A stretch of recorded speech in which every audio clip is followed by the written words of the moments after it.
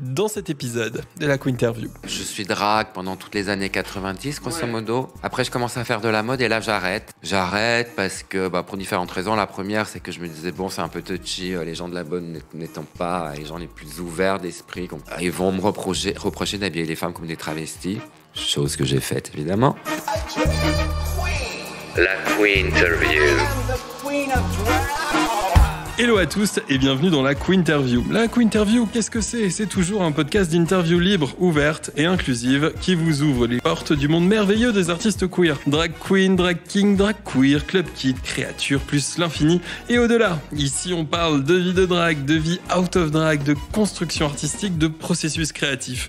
Je suis toujours et la curiosité est mon plus beau défaut. Aujourd'hui pour ce nouvel épisode de la Quinterview, j'ai décidé d'inviter une artiste qui a plus de 30 ans de drague derrière elle.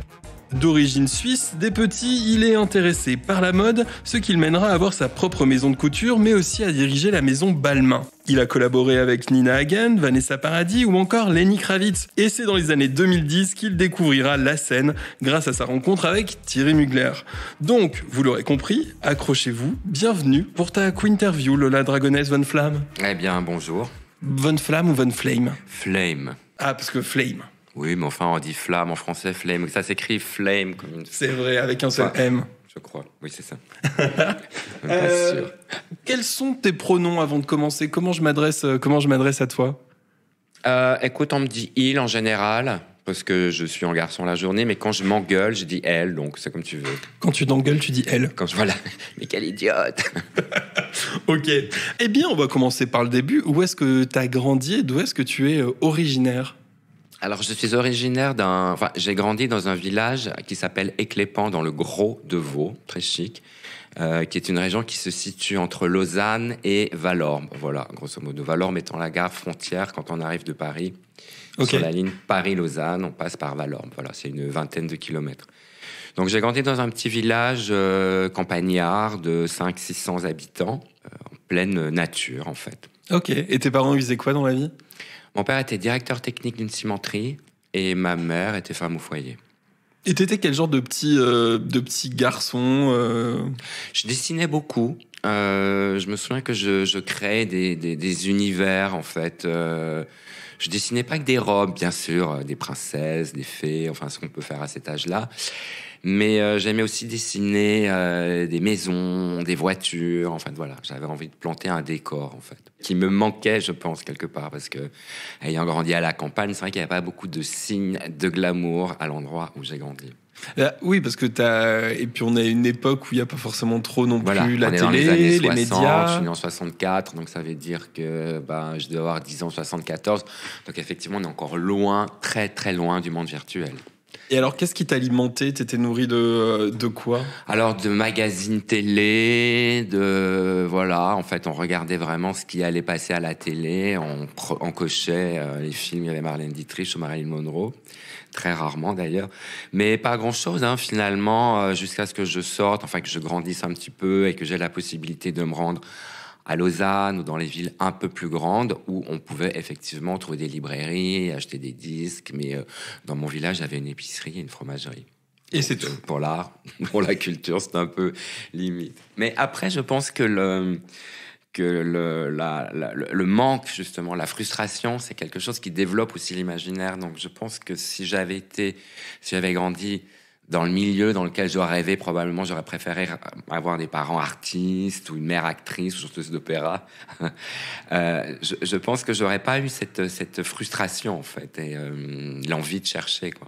Et du coup, comment t'arrives à assouvir un peu cette curiosité ? Qu'est-ce que t'écoutes ? Est-ce qu'il y a de la musique un peu qui te parle ?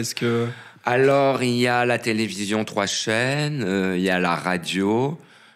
C'est principalement des tubes de chanteurs français, donc Patrick Juvet, Claude François, Dalida, Sylvie Vartan, enfin voilà, j'étais un petit peu nourri à ça. Et ma grande sœur qui, elle, achetait des disques de Supertramp, des choses un peu plus modernes, et qu'on écoutait ensemble du coup. Mais bon, c'est vrai que c'était très limité, on n'avait vraiment pas accès à grand-chose, quoi. Comment et à partir de quel moment et quand la mode commence un peu à t'intéresser ? Assez rapidement, en fait. Ma sœur avait des Barbies, donc j'ai commencé à faire des vêtements pour mes Barbies quand j'avais... Je me souviens de cette jupe que j'ai faite en imprimé zèbre. jupe droite en imprimé zèbre, noir et blanc, déjà, pour une Barbie de ma sœur. Voilà, je pense que c'est là. Puis après, je pense que ça a toujours été en moi. J'ai toujours été intéressé par le vêtement. Voilà, effectivement, est-ce que je puisais les inspirations dans les magazines de bonnes femmes auxquels ma mère était abonnée, programmes télé. Enfin, c'est une autre époque, hein, vraiment. Bien sûr. Et alors, comment cette envie et cette passion s'est développée? T'en parlais à tes parents de tes envies de faire potentiellement ce métier-là? Plus tard, quand j'ai pu faire des choix professionnels, en fait. Je suivais les cours. Mes parents m'avaient mis dans un collège privé qui était relativement cher. Et un jour, j'ai dit à mon père, mais arrête de payer cette école. De toute façon, je crois que j'ai même pas fait les certificats fédéraux de capacité en Suisse. On appelle ça en France le brevet, le bac. Le bac, voilà. Et j'ai dit à mon père que je voulais en fait partir à Paris pour faire une école.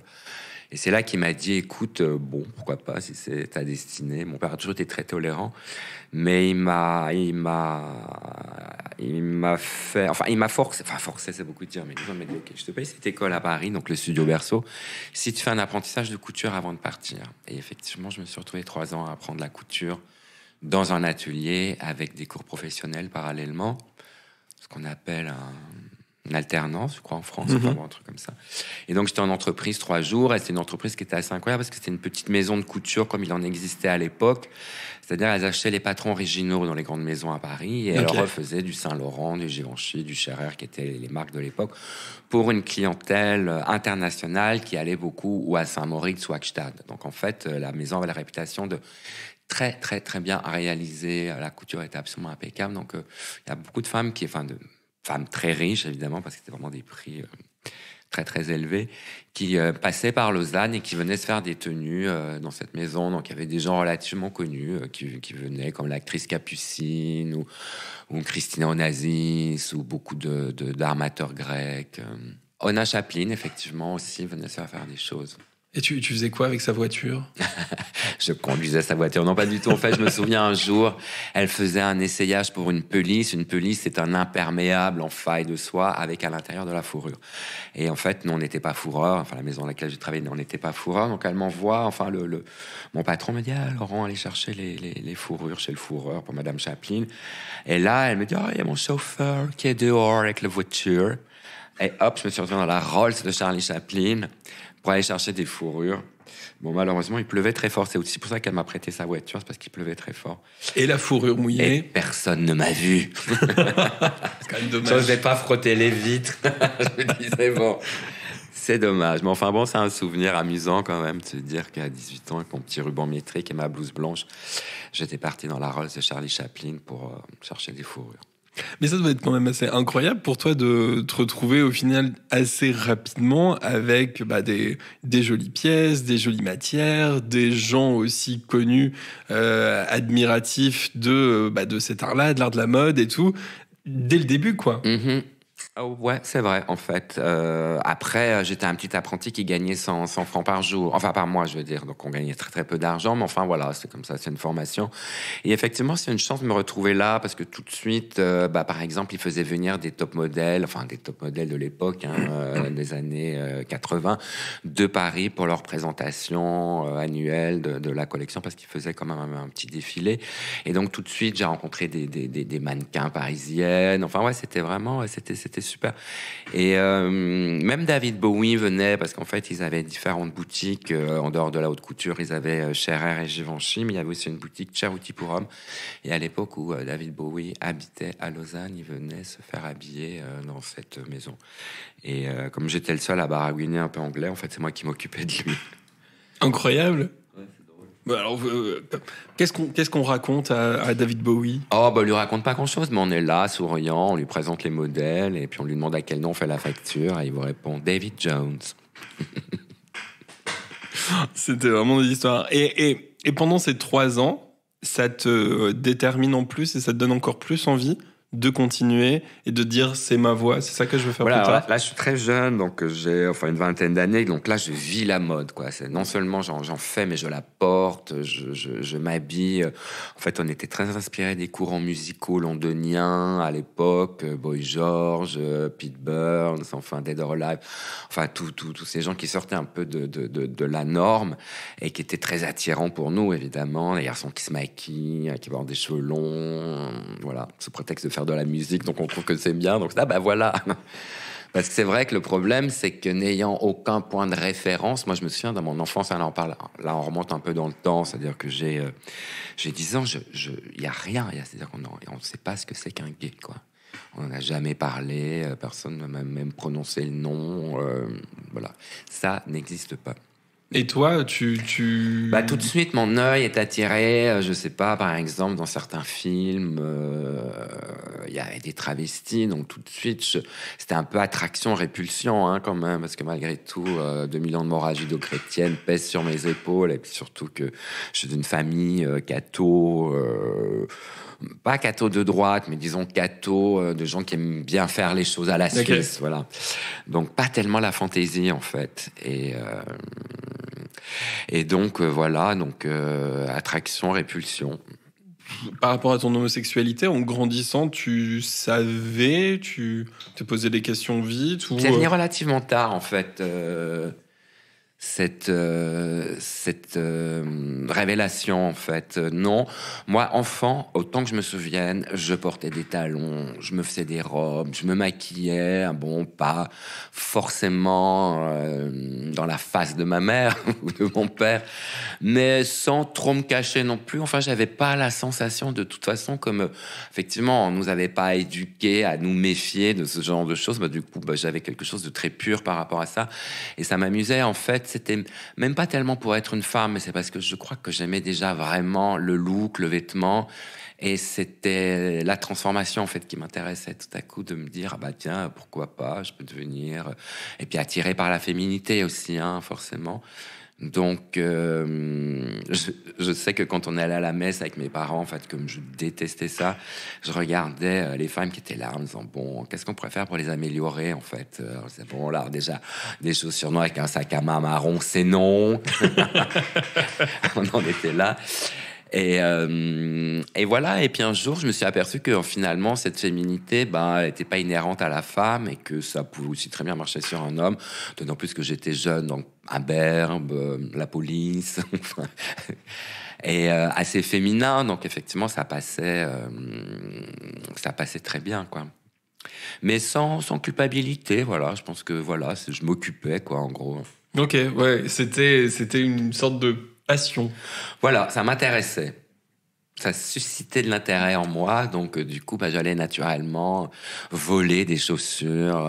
Quand ma mère prenait le thé avec ses copines, je descendais à la cave, je fouillais jusqu'à ce que je trouve leurs chaussures des années 60, parce que j'ai toujours été très attiré par les chaussures pointues à talons aiguilles. Je mettais déjà celles de ma mère, qu'elle a d'ailleurs jetées dans le feu un jour, parce qu'on avait une cheminée, et un jour, elle les a chopées, parce qu'elle en avait marre que son petit garçon de 4 ans fasse des trous dans le parquet avec ses talons aiguilles en métal, parce qu'à l'époque, c'était ça. Et elle les a jetés dans la cheminée. Elle s'en souvient pas. Et moi, je dois avoir 600 paires de chaussures, au moins, au bas mot, aujourd'hui. Il y en a quelques-unes. Ouais, vraiment. Là, tu vois, moi, je suis face à cette collection de chaussures. Et a priori, en plus, tu me disais, il n'y a pas tout. Tout n'est pas là. Tout n'est pas là. Mais il y a 1, 2, 3, 4, 5, 6 étages de chaussures d'à peu près 2,50 m. Voilà, pour vous donner un peu... Voilà, et c'est très serré, en plus. C'est très serré. C'est très serré, c'est très coloré. Il y a une sorte de dégradé de couleurs qui part du rouge en passant par du violet, du rouge. Ouais, je l'arrange par couleur. Après, je sais pas, je peux pas l'expliquer, mais ça me procure vraiment du plaisir, quoi. Enfin, quand je vois les chaussures, ça me procure du plaisir. Donc, pourquoi je m'en cache? Pourquoi je m'en cacherais? Pourquoi tu les cacherais? Parce que en plus de ça, c'est très joli. Oui, c'est décoratif. J'ai l'impression d'être dans une boutique parce qu'il y a une grande vitrine devant, elles sont derrière. Donc, c'est toujours plus sexy quand c'est dans une vitrine, d'ailleurs. Exactement. Paris, en tant que jeune garçon suisse, ça représentait quoi pour toi? Alors Paris, ça a toujours été l'endroit où je voulais vivre. Déjà enfant, je faisais de la danse classique, donc mon idée, c'était évidemment de devenir danseur à l'Opéra de Paris. Et puis Paris est resté, la danse non, et puis c'est passé à la mode en fait. J'arrive à Paris, en fait, je réalise un rêve parce que je rêvais vraiment de faire le cours Berceau, en fait. C'était pour moi... malheureusement, le cours Berceau a fermé ses portes l'année passée. C'était une école de mode qui a duré plus de 40 ans, je dirais, 50 peut-être. Et une très, très bonne école, très créative, dirigée par Marie Ruki. Une femme formidable, vraiment, qui ne formatait pas son enseignement. Au contraire, elle essayait de chercher le meilleur de chacun de ses élèves. Donc, petite école, peu d'élèves, pas du tout une usine à fabriquer du styliste. Et je rêvais d'être là parce qu'il y avait plein de gens qui étaient des gens branchés, en fait, qui sortaient de berceau. Enfin, voilà, ça représentait un peu une forme de parisianisme. Ok. Et en arrivant du coup à Paris, quand tu fais cette école-là, t'es, on va dire, au milieu d'un rêve ou c'est pas si délicat que ça? Ah non, je suis au milieu d'un rêve. En plus, je commence à rencontrer des gens. Non, moi, depuis que je vis à Paris, en fait, j'ai pas regretté une seule seconde. Et je pense que, maintenant, j'ai vécu beaucoup plus longtemps à Paris qu'en Suisse. Donc, c'est chez moi. Et Paris, même quand je voyage, parce que j'ai beaucoup voyagé dans le monde entier, à chaque fois que je rentre, c'est Paris. Je suis de retour, je suis chez moi. Et alors, comment ça se passe, la formation dans cette école-là? Alors, j'étais déjà arrivé avec une formation technique, donc j'ai mis ça de côté en arrivant à Berceau parce que je savais mieux coudre qu'absolument tout le monde, même le prof, je crois. Et donc, je suivais pas ces cours-là. Mais j'avais vraiment une formation de couture, hein. On faisait tout à la main. C'était vraiment le best, quoi. Puis en plus, la couture à l'époque, c'est un petit aparté, mais la couture, c'est beaucoup allégé, en fait, avec les années Galliano, qui commence à arracher les doublures, les triplures, les machins. Et en fait, à l'époque, un vêtement en haute couture, c'était construit comme un meuble, comme un immeuble. Je sais pas, il y avait des toiles à l'intérieur, des biais détendus dans les ourlets pour pas que ça fasse des pointes. Enfin, c'était vraiment... Donc, je savais très, très bien coudre. Et j'ai effectivement beaucoup appris à Berceau. La première année, c'était un petit peu compliqué parce que je pense que je suis arrivé avec un très mauvais goût de Suisse. Je me suis fait casser. Ah ouais, c'est vrai. Qui voulait pas me reprendre la deuxième année. Ça m'a fait une espèce d'électrochoc. Mais pour quelle raison? Parce que je pense qu'ils avaient assez d'élèves et qu'ils pensaient que j'avais pas le niveau, quoi. Voilà. Et la deuxième année, en revanche, alors là, je me suis transformé en dragster. Et à la fin de l'année, Marie se baladait avec mon dossier en le montrant à tout le monde. Et voilà, ça m'a fait vraiment beaucoup de bien. Tu t'es plus amusé aussi cette deuxième année? C'était... J'essaie de remonter quand même mes souvenirs parce que c'est relativement vieux. On est en 86, 7, 8, dans ces années-là. Non, j'apprends beaucoup. Je commence à coudre aussi à gauche, à droite pour des gens que je rencontre qui font des costumes de scène. Je fais un stage chez Mugler. Mugler, pour moi, c'était évidemment... Bon, dans ces années-là, on était plus accro à Gautier, parce qu'il y a eu d'abord Mugler, qui a vraiment... on peut dire qu'il y a un avant-après Mugler, qui a vraiment ramené une silhouette très graphique dans la mode, alors qu'on sortait du baba cool, enfin voilà. Et donc, il a ramené cette silhouette cinétique des années 40, 50, enfin, c'est très, très construit. Donc ça, c'était Love at First Sight. Et après, c'est Gautier, en fait, qui a fait remonter la mode de la rue sur les podiums. Et c'était aussi un truc très, très fort. Et après, on était plus Gautier à cette époque-là. Mais quand même, d'aller chez Mugler, pour moi, c'est une expérience incroyable, quoi. On est en 87, je pense. Et du coup, tu as fait des stages chez les deux, chez Mugler et chez Gautier? Alors, j'ai pas fait de stage chez Gautier. Ça a été mon premier job, en fait, en sortant de l'école. Voilà, j'ai fait un stage chez Gautier.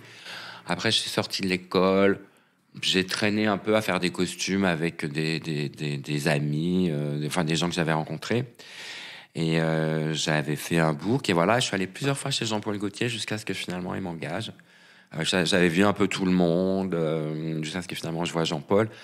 Et j'avais été engagé par Alberta Ferretti, en fait, et je devais partir le lendemain en Italie. Enfin, je suis parti en Italie, mais Jean-Paul m'a fait signer tout de suite, parce qu'en fait, ils avaient envoyé chez Ferretti quelqu'un à Paris pour chercher un styliste. Et il m'avait choisi moi, et en fait, ça tombait juste le jour avant que je parte en Italie. Donc Jean-Paul m'a dit je te fais signer parce que sinon tu ne reviendras pas. Et effectivement, je suis parti en Italie parce que j'avais mon billet de train et que tout était organisé comme ça. Mais je me suis échappé dans la nuit 15 jours après en mettant les clés de l'appartement dans une enveloppe et en partant. Je pouvais évidemment pas rester chez Alberta Ferretti en sachant que j'allais travailler chez Gauthier. En plus, c'est marrant parce qu'à l'époque, Gauthier était fabriqué par Fuzzi et ça a été fabriqué par Alberta Ferretti après. Plus tard, c'est Alberta Ferretti qui fabrique, peut-être toujours d'ailleurs, je sais pas, ça s'appelle l'AEF et qui fabriquait Gauthier. Ou peut-être toujours d'ailleurs, je sais pas. Mais je crois qu'ils font plus de prêt-à-porter de toute façon. Donc effectivement, non, ça a dû s'arrêter. Et à ce moment-là, ton envie ou tes envies, c'était faire quoi ? Tu voulais que ce soit quoi ton métier ? Moi, j'avais comme but, en étant montant à Paris, de monter ma propre collection et puis de faire de la mode, en fait. C'était vraiment ça. Voilà, après, c'est un long apprentissage. Donc, j'ai commencé par la couture. Après, j'ai fait des cours de stylisme. Et puis après, j'ai commencé à travailler, en fait. Effectivement...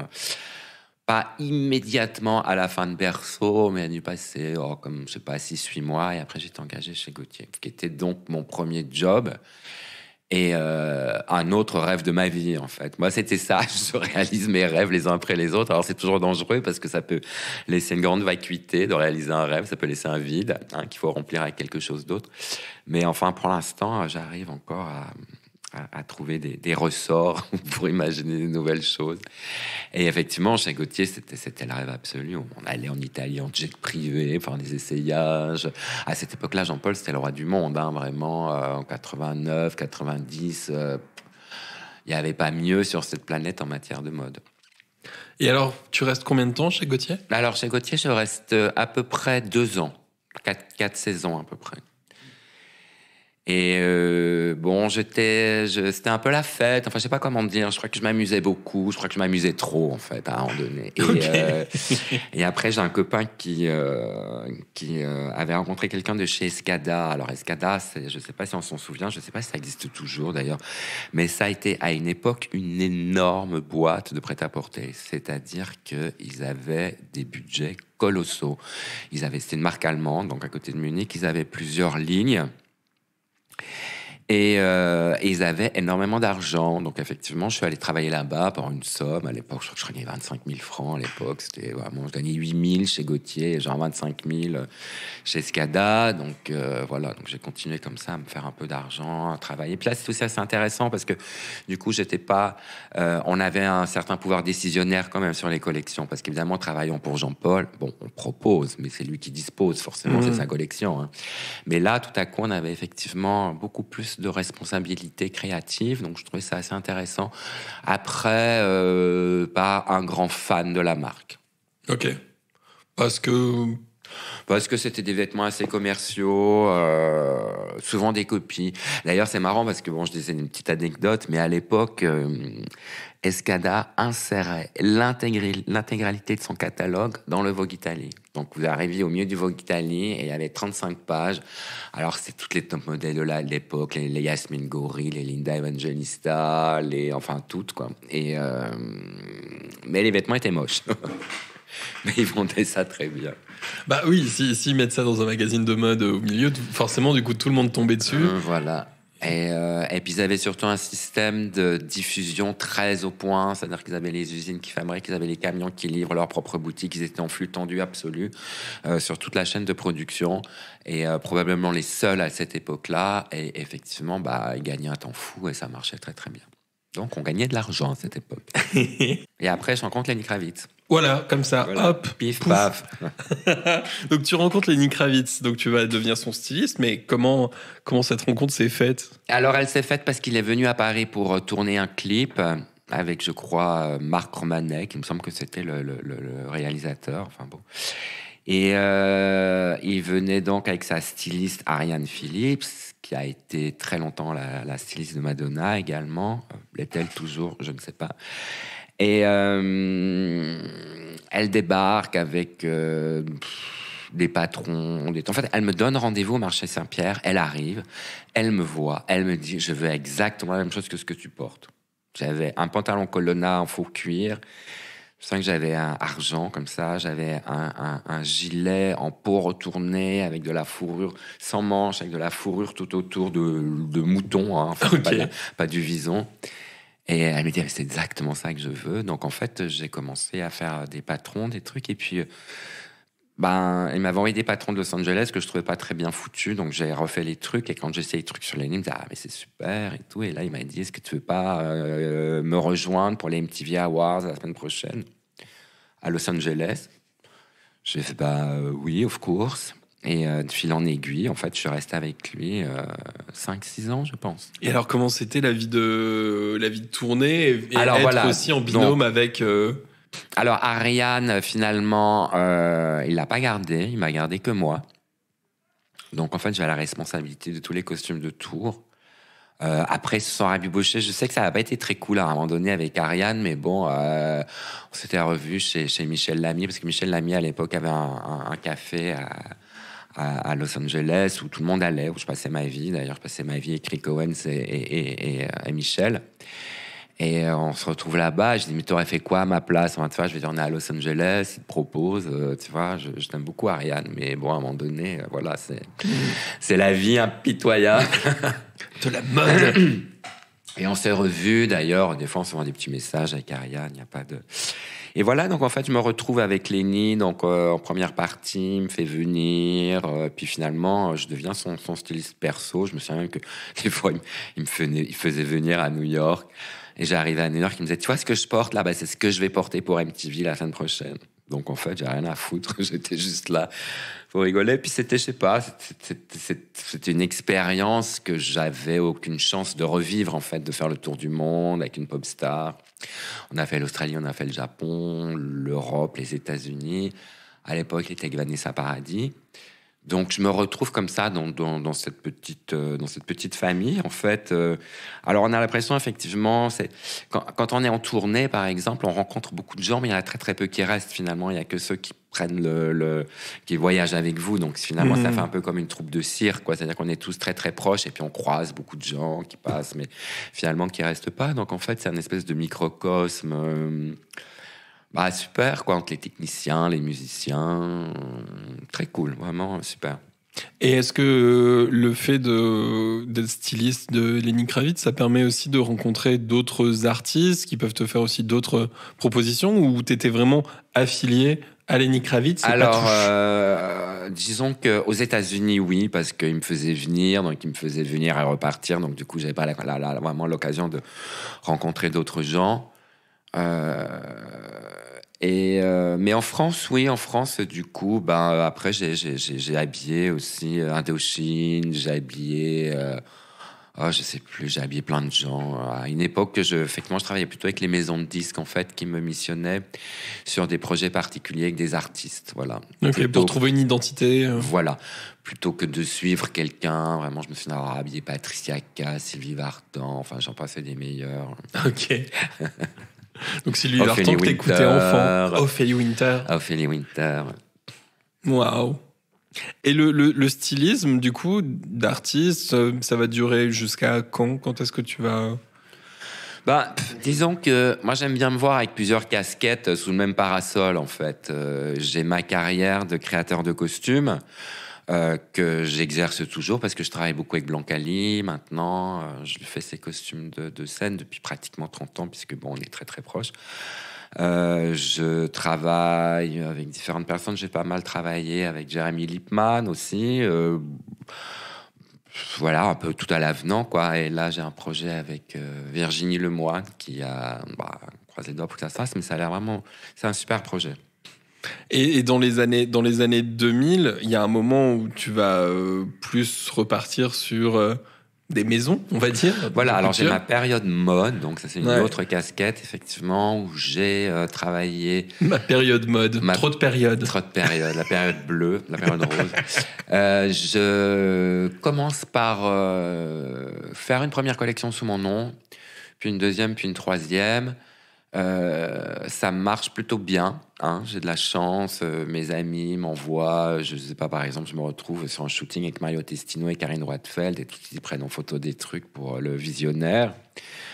Madonna, bah, du coup, Ariane, qui était donc la styliste de Madonna, bah, apprend que je fais des collections, donc elle m'appelle. Madonna adore, elle veut plein de trucs. Donc, évidemment, tout le monde en parle après. Évidemment, c'est un petit milieu, la mode, surtout à cette époque. Donc, évidemment, mon attachée de presse, elle raconte ça aux rédactrices, ça les rend dingues. Et ça a très bien marché au début, vraiment. Après, j'ai gagné l'Andam, j'ai gagné le prix Yves Saint Laurent de couture et le prix LVMH. Donc, j'ai gagné 2 prix qui me permettent de présenter une collection. Je prépare une collection toute blanche. Je la prépare au mois de mars, puisque c'était pour le concours de l'Andam. Donc, on est en 2001, donc sans savoir qu'il y aurait le 9/11 au mois de septembre. Et c'est quoi l'Ondam ? L'Andam, c'est une association qui distribue de l'argent aux jeunes créateurs, mais pas mal. Hein. Maintenant, je crois que c'est vraiment beaucoup d'argent maintenant. À l'époque, j'avais dû gagner 300 000 francs. Ok. Donc 45 000 euros, mais maintenant on parle de 100 000, 200 000. Enfin, c'est une aide en fait qui est, je pense, de l'État, mais également il y a des sponsors privés. Donc il y a LVMH, Yves Saint Laurent, enfin à l'époque. Ouais, ok. Et donc, je gagne ces 2 prix-là qui me permettent de présenter ma collection au Louvre, hein, puisque à l'époque... Mais ça tombe exactement 3 semaines après le 9/11. Donc, tout le monde me dit, c'est magnifique, collection complètement blanche, c'est la pureté, c'est la paix. Enfin, tout le monde s'emballe sur cette collection. Beaucoup de succès au niveau médiatique, mais personne n'achète. Ah, personne n'achète. n'achète. Parce que là, les boutiques étaient désertées à 70%. Je sais pas, à ces moments-là... Juste après le 11 septembre, les gens avaient plus du tout... Enfin, je sais pas, ça voyageait moins aussi beaucoup. Puis ça a choqué les gens. C'est-à-dire que tout à coup, la mode, les vêtements, ça paraissait comme quelque chose de très futile et de futile, quoi. Enfin, on n'était plus du tout dans ce truc-là. Donc, en fait, ma super collection, bon, génial, mais personne n'achète. Et je me dis, qu'est-ce que je fais la saison prochaine ? Parce que pour payer un défilé, il faut gagner de l'argent par ailleurs, quoi. Donc, à cette époque-là, il me semble que ça tombe assez... Je travaillais, j'étais aussi directeur artistique pour la maison Morgane, okay. Prêt-à-porter, qui faisait aussi des défilés dont je m'occupais à l'époque. C'était une famille qui tenait cette maison, les Bismuth, et je pense qu'ils ont revendu entre-temps. Mais c'était très familial, Morgane. Ça marchait très, très bien. Il gagnait beaucoup d'argent, c'était à cette époque-là. Donc, ça me permettait d'un côté d'engranger un peu d'argent que je jetais dans ce trou béant qui était ma collection, ce trou béant sans fond. Mais oui, parce qu'au final, c'est ta collection, c'était tes fonds à toi, c'était toi qui développais ta propre marque, ta propre maison. Ouais, il s'avère qu'à l'époque, je bossais pas mal dans la pub aussi. Je faisais pas mal de stylisme ou de création de costumes pour des films publicitaires et ça payait pas mal. Donc, quelque part, j'essaie d'équilibrer un peu comme ça entre les deux. J'avoue, j'étais pas riche, mais je me suis jamais vraiment retrouvé dans la mouise, quoi. Enfin, ça n'a jamais été vraiment dur, quoi. Après, c'était dur dans le sens où c'était vraiment très chronophage, quoi. Parce que quand on fait tout soi-même, au bout d'un moment, avec une petite équipe... Mais je pense que j'étais très insouciant et inconscient. Donc, je me jetais dans l'aventure. Et puis, voilà, advienne que pourra. Mais effectivement, j'ai présenté ma première collection en 99 parce que tout à coup, j'ai eu comme une espèce de wake-up call. Je me suis dit, mais attends, t'es venu à Paris pour faire de la mode. Là, tu fais le tour du monde avec Lenny Kravitz. C'est pas du tout ce que tu voulais faire. Même si j'étais très content de le faire, hein, qu'il était charmant. D'ailleurs, on se voit toujours. J'étais invité à ses 60 ans il y a 15 jours. Waouh, chic. Où est-ce que j'en étais là ? On en était à justement la collection qui est reconnue mais qui ne se vend pas et du coup... Voilà, alors du coup, Balmain recherche un directeur artistique, une journaliste part de moi et je reçois un coup de fil sur mon portable de Alain Hivelin qui était donc qui est décédé malheureusement, qui était à l'époque le PDG de la maison Balmain. Balmain était une toute petite maison qui marchait pas du tout. Ils avaient un directeur artistique, Oscar de la Renta, qui les ruinait, enfin, qui partait avec tout l'argent disponible dans cette maison parce qu'il avait un contrat faramineux alors que bon, ils vendaient 4 pièces. Et la maison Balmain, à cette époque-là, c'était vraiment c'était un vieux paquebot ensablé, quoi. Et d'ailleurs, ça m'a fait ça quand il m'a appelé. Oui, bonjour, je suis le PDG de la maison Balmain, on aimerait bien vous rencontrer. Et je me dis, ah, génial, et tout. Puis ma deuxième pensée, c'était, mais en fait, c'est quoi Balmain? Parce qu'à l'époque, ça représentait rien du tout. C'était, bon, Oscar de la Renta, bien gentil, Oscar de la Renta, mais enfin, c'était pas un grand créateur. En fait, il habillait ses copines jet-setteuses new-yorkaises qui venaient à Paris. Donc, elles allaient acheter des trucs à Oscar, chez Balmain. Mais c'est un truc genre Chanel pour sa copine machin, un truc genre Saint-Laurent pour sa copine. Il n'y avait pas vraiment d'identité, en fait. Du coup, je débarque dans cette maison avec beaucoup d'expectations. Enfin, surtout, je me dis, c'est clair, j'ai pas d'argent pour faire ma prochaine collection. Et je vais la faire chez Balmain. Voilà, plus simple. C'est simple que. Mais en fait, tout simplement. Mais en fait, c'était pas vraiment ça. En vrai, c'était bon. On est quand même début des années 2000, donc un directeur artistique a encore pas mal de contraintes. C'était pas encore l'époque où on imposait complètement ce qu'on voulait, surtout dans une maison qui avait pas vraiment de fonds, qui avait pas vraiment de moyens. C'était un peu compliqué. On n'était pas chez Gucci. Enfin voilà. Et donc, c'est une toute petite maison avec des petits ateliers haute couture, avec une première d'atelier. Comment elle s'appelait déjà? Son nom. Madame Jacqueline, je crois, qui n'était même pas son nom, mais il l'avait appelée. Ah, Madame Eliane, voilà. Madame Eliane, et son vrai nom, c'était Jacqueline. Mais il l'appelait Eliane parce qu'ils avaient toujours appelé les premières d'atelier Eliane, qui était rentrée quand même en 1948 chez Balmain, et donc qui avait 50 ans de carrière, en tout cas, dans la maison. Ok. Et elle n'avait pas du tout une approche moderne du vêtement de cette époque-là. C'est-à-dire que elle pensait encore aisance dans les vêtements. Donc, dès que j'essayais de faire des trucs un peu moulants, elle enlevait les épingles de mes essayages dans l'ascenseur. C'était un peu compliqué, j'avoue. En plus, c'est difficile de se retrouver dans une maison qui est si ancienne et qui a bas de l'aile, en fait. Finalement, c'était très compliqué parce que j'avais pas du tout les moyens de Roustin ou de... Voilà. Après, on n'était pas encore du tout... Enfin, ils n'étaient pas du tout encore... affilié avec le Qatar, et donc c'était plutôt compliqué. Et je sais que la directrice avait de la peine à payer les salaires. Enfin, on était là quand même. Ok. J'ai fait 4 collections de prêt-à-porter, une de haute couture.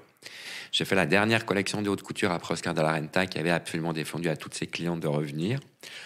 Donc après, ils ont suspendu la couture pendant pas mal d'années, et ils ont repris avec Roustin là quelques années. Ok.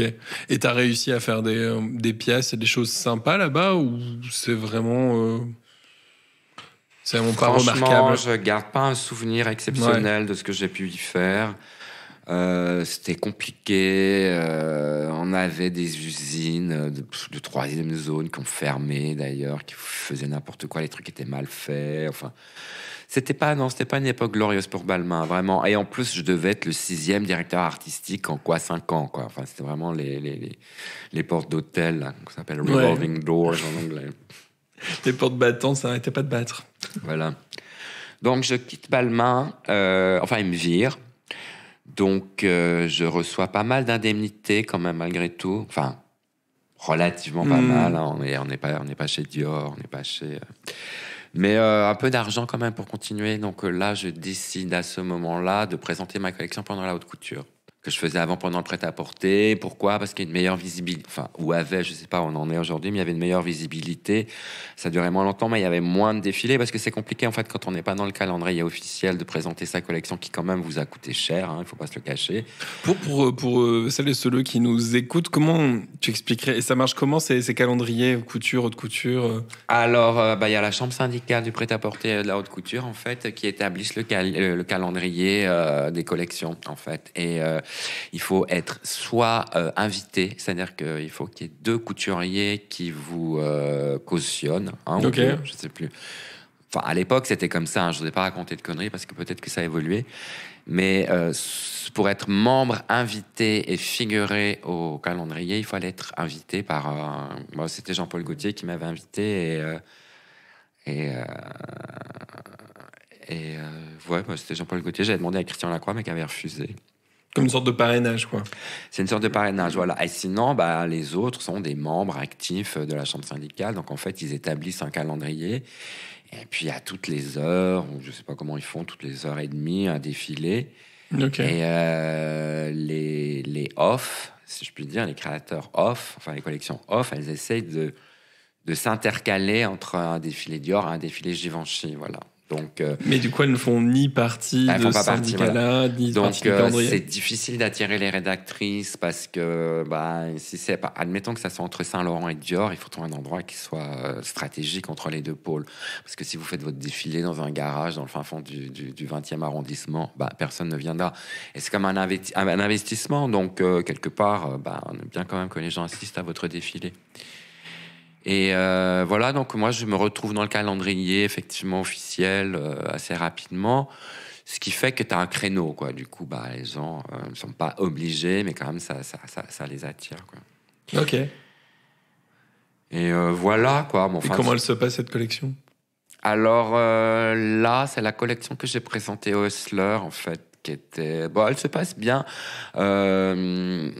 Toujours bien, en termes de presse, toujours bien. Les gens parlent, il y a des photos dans les magazines, enfin voilà. Mais après, moi, j'avais beaucoup de peine, en fait, à vraiment donner une existence réelle à cette maison, parce que dès qu'on tombe, en fait, dans la problématique de fabrication, il faut quand même beaucoup de fonds, quoi, parce qu'il faut commander les tissus, il faut commander les zips. Alors c'est très compliqué la mode dans ce sens-là, où quand on va faire un vêtement, on va avoir besoin de plein d'éléments qui arrivent de maisons différentes.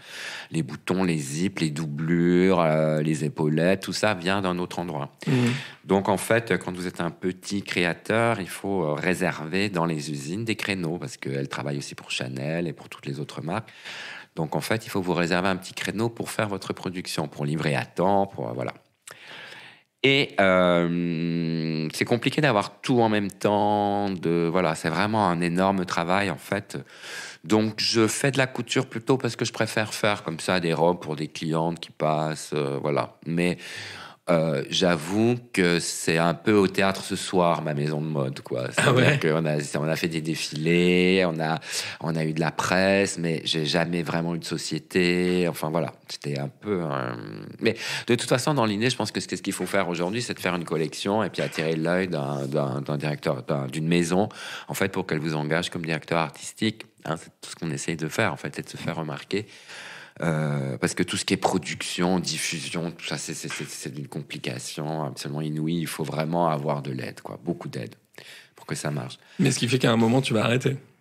Alors j'arrête parce que j'ai l'impression d'avoir fait le tour, quoi. Enfin, j'ai l'impression d'avoir un peu tout réussi dans la mode, quoi, d'avoir vraiment fait le trajet entre ma première collection. En 3 ans, je me retrouve directeur artistique du sacro-saint club le plus fermé du monde, des 10 couturiers qui font de la haute couture dans le monde. Peut-être un peu plus maintenant, mais à l'époque, on les comptait sur les doigts des 2 mains. Je crois qu'ils étaient 10, ouais. Et donc, je me retrouve très rapidement à dessiner la couture. Alors bon, c'est pas mon rêve, c'est pas exactement comme ça que je voyais les choses. Mais en fait, voilà, ce rêve pour lequel je suis venu à Paris, en fait, c'était en quelque sorte réalisé. Et là, je réalise, en fait, que je suis au pied de la montagne, quoi, très clairement. Je me dis, alors, si je veux que ça soit une boîte qui marche à l'international et qu'on ait suffisamment d'argent, en fait, pour continuer, il m'aurait fallu une structure dont voilà.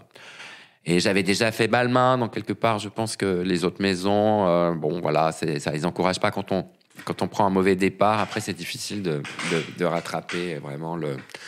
Puis j'en avais marre. Je crois que j'avais un boyfriend à l'époque que j'avais envie de voir. Je sais pas. Et puis je travaillais pas mal par ailleurs. Je faisais toujours des costumes, des choses comme ça. Et donc un jour, j'ai décidé de prendre la décision de sauter une saison, pas de défilé. J'ai trouvé ça génial. Et puis j'en ai jamais refait. Quand tu vas arrêter, tu vas aussi retrouver un personnage que tu avais laissé un peu sur le bord de la route, qui est Lola. Et ça, on va en parler juste après les questions de la petite Mia qui a des questions pour toi. Elle a 5 ans, elle pose des questions à Drag Queen. Bonjour Mia. Bonjour, je m'appelle Mia, j'ai 5 ans. Aujourd'hui, je suis disponible. Bienvenue à Mia Question. Alors, Mia, elle a des petites questions pour toi. Bonjour Lola. Pourquoi tu t'appelles Lola Dragoness Von Flame? Alors, Dragoness Von Flame, c'est venu beaucoup plus tard. Lola, ça fait vraiment très longtemps, parce que déjà, avant de venir à Paris, on m'appelait Lola. Je pense que, autant que je me souvienne, ça vient d'un truc de l'école. J'étais dans un collège catholique non mixte. Très beau, d'ailleurs, au bord du lac Léman, des terrains de tennis, je sais pas quoi, des parcs. C'est chic. Très C'est chic. la Suisse, c'est chic. Voilà, très chic. Et en fait, c'était beaucoup d'élèves qui venaient du monde entier parce que c'est une école religieuse assez stricte. Mais c'est vrai que j'en suis sorti en écrivant parfaitement bien le français. Déjà ça. Et je pense qu'en interclasse, je faisais Marilyn Monroe. C'est mon époque Marilyn Monroe. Et je me suis retrouvé face au recteur en chantant « My name is Lolita ». Mais autant que je me souvienne, on m'appelait déjà par des prénoms féminins avant ça. Alors pas terrible, Betty, Muriel, je sais pas. Puis un jour, c'est tombé sur Lola, et comme mon vrai prénom c'est Laurent, donc quelque part je trouvais que c'était... Lolo, je déteste, mais Lola, voilà. Et puis en plus, c'est le diminutif de Dolores, en espagnol, les douleurs. Et le Von Flame, Dragoness Von Flame. Alors, Dragoness Von Flame, ça m'est venu un jour où mon amie, qui est une artiste internationale suisse, Sylvie Fleury, que j'aime beaucoup, qui est une très proche amie, me présente un garçon qui s'appelle Billy Boy. Alors, je pense que personne ne s'en souvient vraiment, enfin, en tout cas pas dans une nouvelle génération, mais Billy Boy était un garçon extrêmement mystérieux, très beau, très excentrique, qui a traîné avec Andy Warhol à New York, qui a toujours des histoires complètement incroyables à raconter, qui a une collection de vêtements de haute couture démente, qui à un moment donné avait lancé une marque qui s'appelait Surreal Bijoux surréaliste en fait. Lui est un grand collectionneur et un grand admirateur de Elsa Schiaparelli. Il a écrit plusieurs bouquins sur elle. Et c'est quelqu'un que je connaissais un petit peu quand il vivait encore à Paris. Mais très peu, en fait. Je l'avais rencontré. Quelqu'un avait organisé un anniversaire chez lui. C'est vraiment quelqu'un qui avait des Warhol au mur. Enfin, vraiment fascinant. Et qui a déménagé en Suisse et qui a rencontré Sylvie. Et un jour, Sylvie me le présente. Et on devient tout de suite très amis, évidemment, parce que, on a quand même beaucoup de points communs. Et puis, en rigolant, il me racontait l'histoire de la mère de Loulou de la Falaise, qui s'appelait Maxime, si mes souvenirs sont bons, et qui un jour s'est assise sur un chien chez des amis. Elle l'a tué, et plutôt que de dire quelque chose, elle a chopé le chien, elle l'a mis dans son sac à main, elle l'a jeté dans une poubelle en sortant. Et Billy disait « Oh, she was such a dragoness ». Et moi, tout à coup, j'ai une vision, je me dis « Ah mais oui, mais dragoness, moi je suis dragon dans l'horoscope chinois ». Donc, dragonesse, donc on rigole, on parle de dragonesse, on cherche un nom, puis finalement, Von Flame, voilà. C'est pas très vieux, ça date de 2008-2010, quoi. Ok. Avant, c'était juste Lola. C'était juste Lola. Voilà. Il y avait Lola du Quetzal et Lola, l'autre, quoi. Lola, pas du Quetzal. Pas du Quetzal, voilà. Tu as combien de paires de chaussures? Je sais pas, il faudrait que je les compte une fois. Vraiment, je sais pas. Est-ce qu'on arriverait à faire des fourchettes entre 50 et 70, c'est plus ou c'est moins? Ah, c'est beaucoup plus, plutôt entre 300, 500. Ah ouais. Pas. Pourtant, j'ai que des pieds, oui, que tu regardes. T'as que 2 pieds, ouais. J'ai que 2 pieds, je sais pas. Écoute, il faudrait qu'une fois je les compte. J'en ai encore à la cave, dans des valises, j'en ai en bas, j'ai un mur derrière les vêtements encore. Et jamais la bonne paire de chaussures en plus. Mais non, il manque toujours celle qui... Ah putain, mais j'ai pas de chaussures à mettre, elles vont pas avec ça, c'est pas ça que je voulais un talon carré. Ouais, elle existe pas la chaussure parfaite. Pourquoi tu t'es pas lancé un moment dans la chaussure? Alors j'aurais beaucoup aimé me lancer dans la chaussure, mais le problème de la chaussure, quand on dessine des collections de chaussures, en fait on dessine pas les chaussures qu'on aime, parce que les chaussures à talons très très haut, enfin celles qui me fascinent. Moi, j'ai un œil très précis sur ce que j'aime dans la chaussure. J'aime la gorge. Alors, la gorge, c'est la cambrure. J'aime les cambrures très marquées. J'aime les talons assez à l'intérieur. J'aime beaucoup les chaussures des années, on en revient, années 60, parce qu'elles avaient vraiment une qualité d'exécution et en plus très confortable, contrairement à la plupart des chaussures aujourd'hui. Je sais pas comment ils s'organisaient à l'époque, mais vous mettez ces chaussures années 60 avec leurs petits talons aiguilles en métal. Et hop. Mais les femmes, elles les portaient tous les jours, c'est-à-dire qu'elles n'avaient pas des baskets dans leur sac, c'est-à-dire que c'était ça, leurs chaussures, qui pleuvent, qui ventent, elles avaient des escarpins. Ou des petits bottillons, mais même plus tellement dans les 60, des bottillons en caoutchouc qu'on mettait ces chaussures, où elles avaient, vous voyez, un peu des mocassins, elles portaient un peu des trucs comme ça, mais c'était vraiment, pas de basket, pas de chaussures, vraiment très confort. On s'égare. Mais non, c'est intéressant. Et à la maison, du coup, c'est claquettes. Alors à la maison, c'est claquette, mais j'aime bien quand même sortir des chaussures, les essayer. Enfin, c'est... Je peux pas toutes les mettre parce qu'il y en a plein qui sont pas à ma taille. Parce que des fois, je les achète vraiment juste parce que je les trouve sublimes. Mais plus jeune, je faisais le ménage en talons. Et c'est très bien d'ailleurs parce que ça muscle les pieds, en fait. En fait, les talons, il faut les porter. Mais pourtant, j'ai pas de problème. Je suis pas mal aux pieds. Je peux vraiment traîner la nuit. Bon, ça dépend de la chaussure, mais j'ai passé ma jeunesse, mon enfance, à marcher sur la mi-pointe en imaginant que j'avais des chaussures à talons. Donc après, quand j'ai mis des talons... ça paraissait logique. C'était un support en plus, donc c'est confort. Évidemment. Et je pense que je me suis bien musclé les pieds, en fait. Avec la danse classique aussi, voilà. Donc un conseil, faites le ménage en talons. Oui. Vraiment. Faites tout en talons. Et faites l'amour en talons, surtout. Tout en talons. Eh bien, merci beaucoup Mia pour toutes tes questions et on se retrouve très bientôt pour de nouvelles questions et merci à tes parents Alice et Gilles de t'avoir permis de te les poser. Au revoir Mia. Au revoir Mia. On arrive. Alors, parce que oui, effectivement, tu as vécu un peu deux vies, on va dire, en parallèle. Une que j'ai volontairement laissée de côté et maintenant on va y revenir. Comment et quand t'as découvert le drag? Parce que comme tu disais, t'as toujours été efféminé, intéressé par les choses du féminin, notamment par le vêtement et ce qui t'a aussi amené vers ta carrière de créateur. Mais toi, on va dire, ta première vision du drag, du travestissement, c'était quoi? C'était où? C'était quand? Il y en a pas, parce que j'ai fait ça tout le temps. J'arrive pas à me souvenir du premier jour, mais je pense que c'est quand j'enfilais les chaussures de ma mère, et que je courais partout dans l'appartement quand j'étais encore tout petit, j'avais 3-4 ans, c'est-à-dire que mes pieds ne remontaient même pas la cambrure, c'est-à-dire qu'ils étaient juste au fond, dans la partie pointue.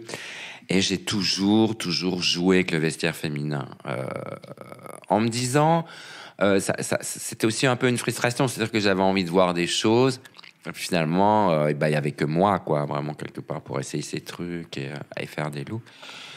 Mais je me souviens surtout du moment où je suis passé de travesti ou travelote à drag queen. C'est-à-dire que travesti, c'était vraiment presque comme une insulte. Et puis, tout à coup, drag queen, c'était « Oh, génial, incroyable, un truc moderne, nouveau ».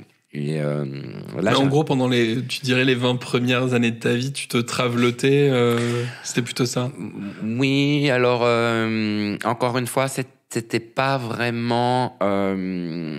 d'une façon féminine. C'est-à-dire que je cherchais pas à ressembler à une femme. C'était plus vraiment dans une optique rock, musicale, quoi. Je sais pas, il y a eu plein de groupes à l'époque des années 70, plein de groupes qui étaient à moitié travestis, les Martin Circus...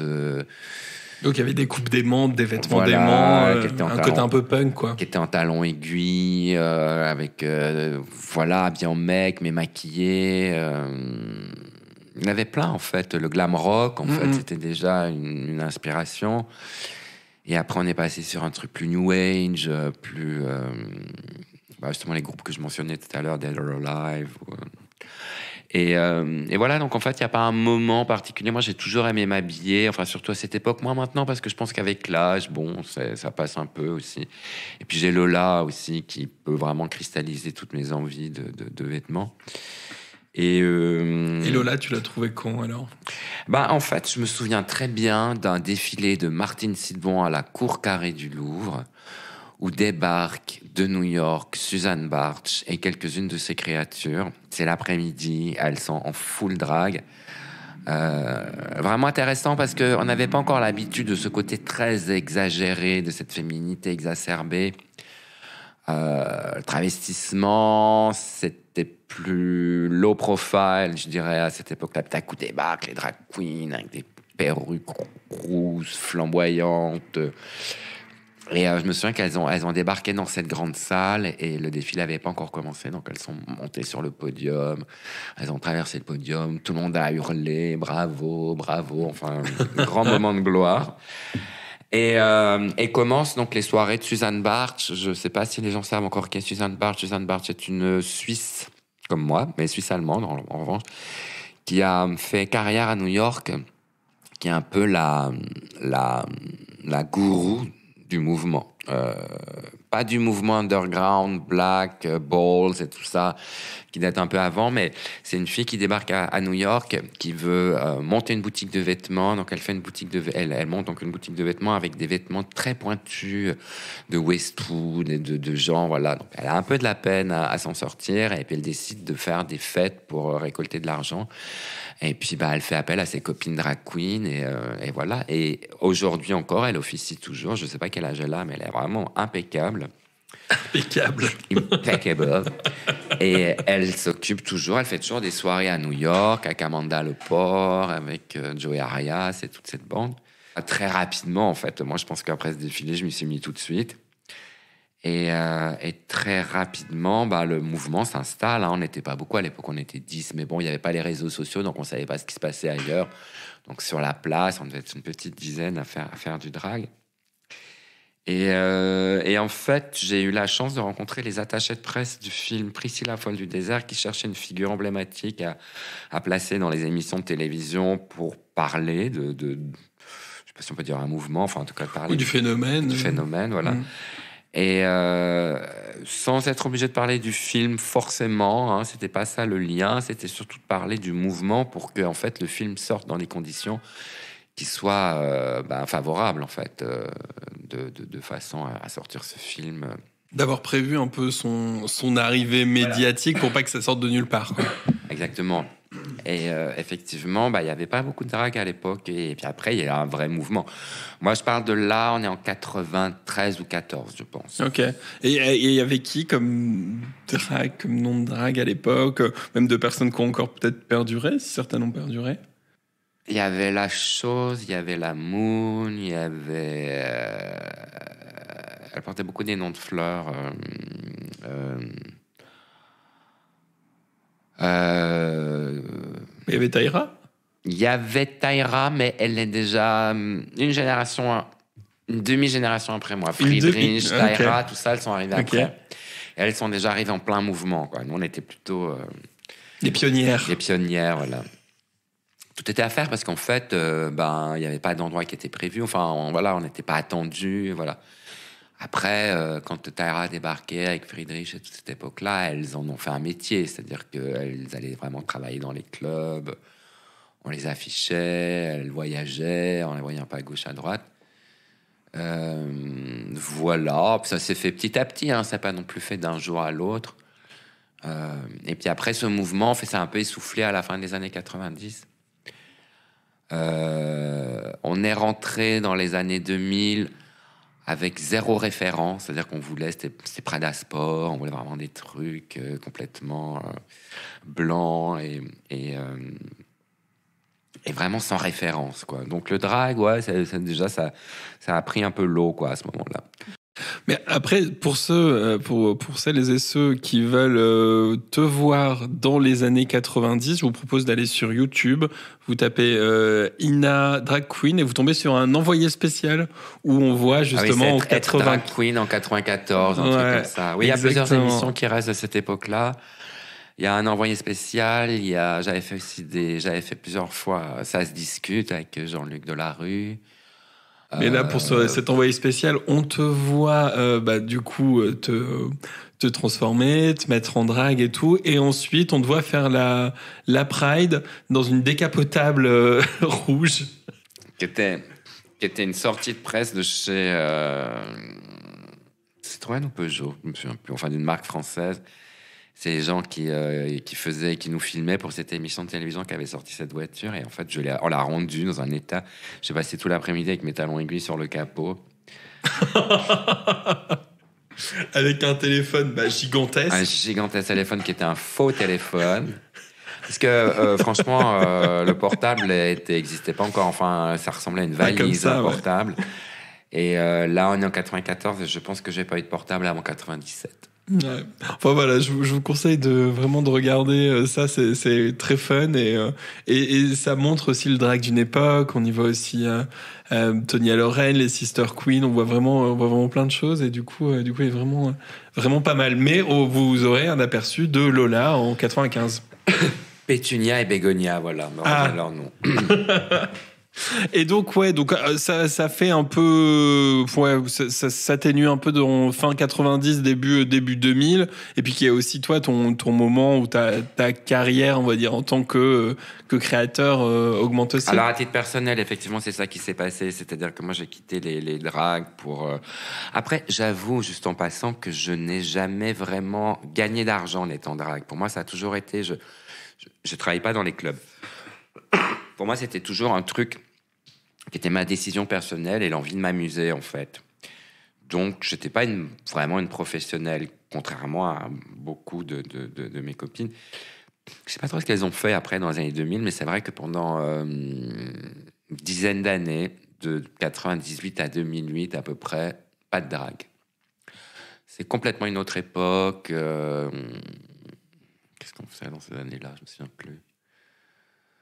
C'est l'époque du grunge, déjà, pour commencer. On est en plein grunge, donc c'est des oripeaux lavés 15 000 fois, sans ourlet. Enfin, c'est Margiela, c'est Rick Owens, c'est toute cette époque-là vraiment du grunge. Donc le grunge, c'était l'anti-glamour, hein, vraiment, in fine. Et dans ces années-là, effectivement, pas de drague. Ou alors peut-être qu'il y en avait, que je ne le sais pas, et que c'est juste ma façon de vivre le truc. Mais il me semble qu'effectivement, non. Peut-être un peu moins. Peut-être qu'après, c'était plus dans les clubs et dans le marais. Et point, ça n'allait peut-être pas plus loin que ça. Après, ce que je voudrais signaler en passant aussi, c'est qu'à cette époque-là, c'était pas de sortir avec 250 € de make-up sur la gueule qui comptait comme aujourd'hui. Puisqu'apparemment, aujourd'hui, c'est ça. Il faut avoir passé 6 heures à se maquiller, sinon t'es pas une drague. Donc, je ne suis pas une drague, parce que je ne passe pas 6 heures à maquiller. Mais à cette époque-là, c'était la hauteur des talons. Donc, plus tes talons étaient hauts et plus t'étais une drague réussie. Jusqu'au point où, à un moment donné, elles arrivaient en groupe comme ça dans les clubs, mais elles étaient complètement déconnectées du parterre, quoi. En fait, elles faisaient leur fête. Il y avait 2 soirées. Voilà, les 2 soirées. Il y avait elle, la tête dans les nuages, et les gens en bas qui les regardaient en levant le nez, et elle qui les regardait en baissant les yeux. Et à un moment donné, ça a perdu le contact entre les deux bases. Et je crois que c'est aussi ça qui a entraîné un peu la fin de ce mouvement, parce que tout à coup, une espèce de créature giacomettesque qui débarquait comme ça, super grande, super loin de tout. Et bon, c'est mon analyse, hein, je n'affirme rien, mais c'est mon analyse qu'à un moment donné, elles se sont éloignées effectivement de la fête et qu'elles étaient un peu trop entre elles pour que ça motive les patrons de boîte à vraiment dépenser de l'argent pour les faire travailler. T'as créé, toi, à cette époque-là, on va dire dans les années 90, tu créais des tenues pour Lola ou tu... Ah, toujours, j'ai toujours fait. Toujours. Alors, pas uniquement, c'est par période. Il y a des périodes où je suis à fond dans le vintage, où j'achète que des robes années 60 ou 50. Il y a des époques où je fais. J'adore coudre, mais après, c'est du temps. Mais j'adore coudre, vraiment. Je trouve que c'est une activité très relaxante. Et puis, sinon, j'ai aussi beaucoup acheté, beaucoup reçu. Bon, j'ai toute ma période Mugler, hein, aussi, dont on n'a pas encore parlé, mais... On y arrive. On y arrive. Et donc, c'est un peu de tout. Mais moi, en tant que styliste, j'ai eu toujours tendance à dire, quand c'est bien, c'est bien. Que ça vienne de chez H&M, que ça vienne de chez Gary Sol, que ça vienne de chez Chanel, voilà. Si c'est bien, c'est bien. Après, il y a des trucs affreux chez Balenciaga, des trucs affreux chez tout le monde. Voilà. Moi, mon seul jugement, c'est voilà, si je trouve bien. Peu importe. Et puis, on n'a pas parlé de Gary Sol, mais c'est vrai que Gary Sol, pour toi, c'est un endroit aussi où tu as beaucoup acheté pour beaucoup... Une source perpétuelle de joie et de bonheur.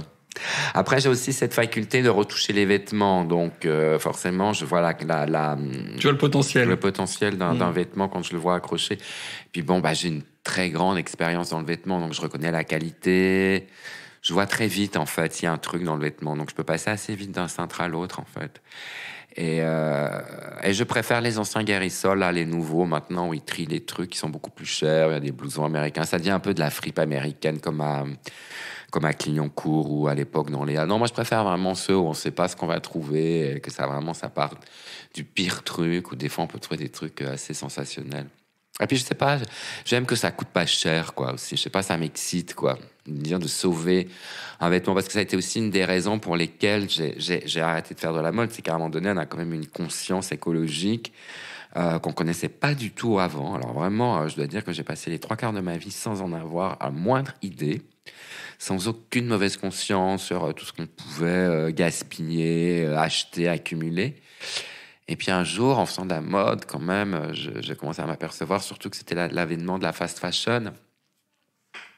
Je parle pas de la super fast fashion, mais on parle de Zara, d'H&M, on est plutôt dans ces marques-là. Et faut pas se le cacher, elle faisait des trucs super pour rien, quoi. Des fois, on se dit, putain, mais moi, je passe 3 semaines à faire un patron, un proto d'un truc qui est même pas aussi bien que ce que je pourrais acheter maintenant, quoi. Et puis surtout, cette prolifération, la queue. À un moment donné, oui, on était. C'est l'avènement de la fast fashion, ça a vraiment rebattu les cartes du commerce du vêtement, en fait. Et ça, c'est aussi ce qui t'a fait aussi un peu arrêter. Voilà, à un moment donné, je me suis dit, alors là, on est en train d'asphyxier la planète avec des vêtements. Et c'est vrai qu'aujourd'hui, je regrette pas mon choix parce que je serais vachement emmerdé si j'avais une société qui marchait bien, 600 employés, des points de vente dans le monde entier. Difficile d'arrêter, très difficile d'arrêter. Donc, quand tu as arrêté la mode, c'est là où tu as retrouvé un peu Lola.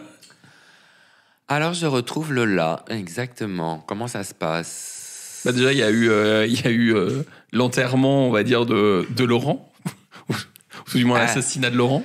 Pour mon dernier défilé, j'avais fait un faire-part de deuil. C'était un défilé que je présentais au Palais Galliera. Et le thème du défilé, c'était la showgirl. Bon, déjà, de toute façon, tous ces univers-là ont toujours tuilé. Et c'était la showgirl qui se marie avec un mec riche et âgé et qui meurt. Merde. Donc, elle essaie d'être triste, elle est habillée en veuve et tout ça, mais il y avait tout le temps des rires comme ça dans la bande-son. Et en fait, elle s'était juste collée des strass pour faire croire qu'elle pleurait. En fait, pas du tout. Elle est très contente que son mari riche et vieux soit mort. Et donc, j'avais fait un carton un faire-part de deuil, comme ça. Le remercier à l'immense chagrin de vous annoncer, je sais plus, la présentation de sa collection. Bon, whatever.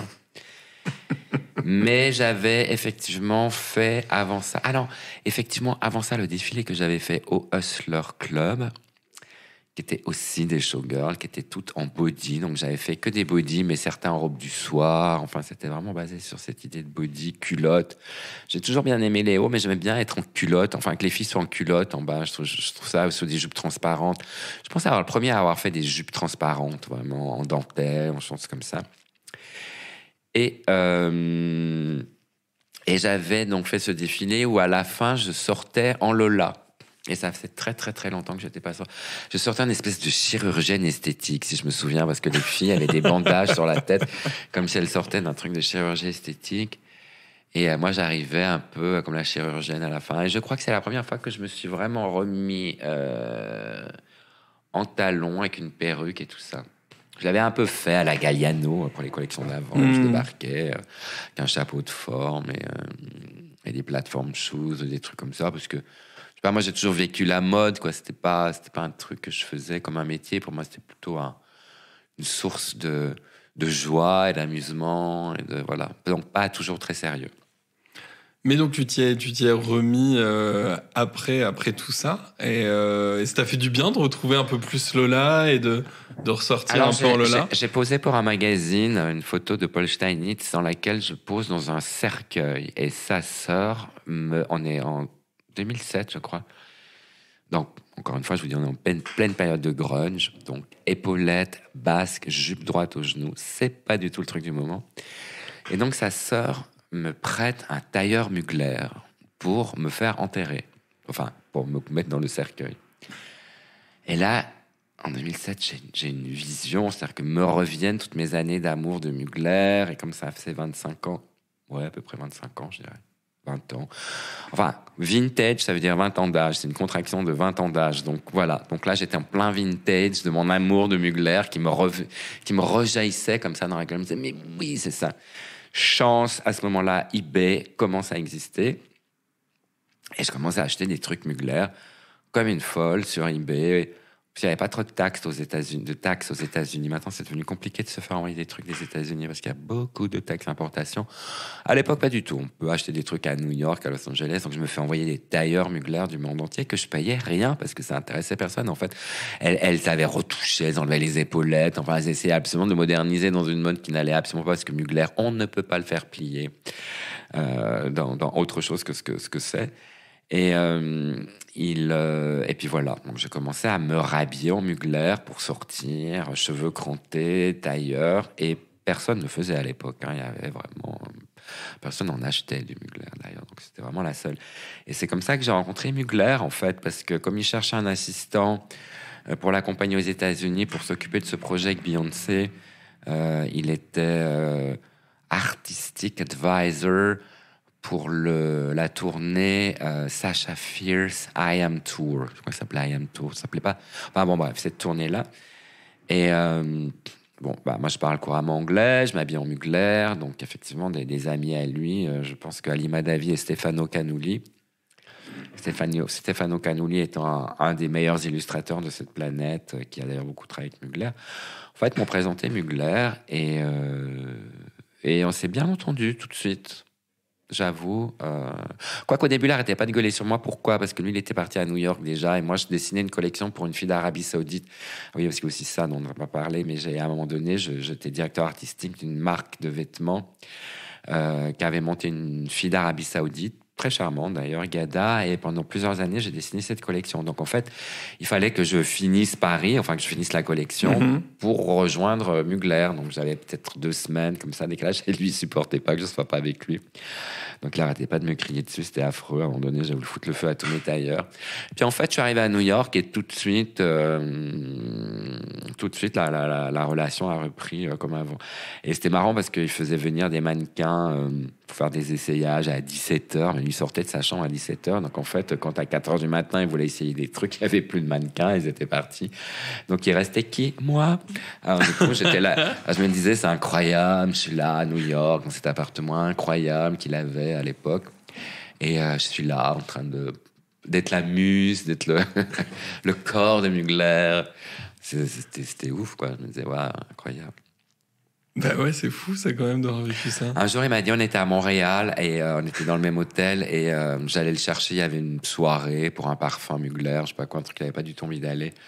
Donc je dis, non, mais je viens avec vous, Manfred. Donc je m'habille, je me mets en Lola, tout ça. Puis on sort de sa chambre comme ça, dans des couloirs interminables. Et à un moment donné, il s'arrête comme ça, il me regarde, il dit, je peux vous demander quelque chose, Lola? Je dis, oui, bien sûr. Il me dit, est-ce que vous pourriez marcher devant moi, s'il vous plaît, ça m'inspire. Alors si je me suis dit, là, je peux mourir. I can die on the spot. Incroyable. Ouais, après, il m'a fait tourner dans des trucs. Enfin, il était très inspiré. Et puis, en fait, après, il m'a surtout mis au Mugler Follies, quoi, parce que c'est celui qui t'a mis sur scène pour la première fois. C'est lui qui m'a pas vraiment pour la première fois, parce que je faisais déjà des shows avec Blancali.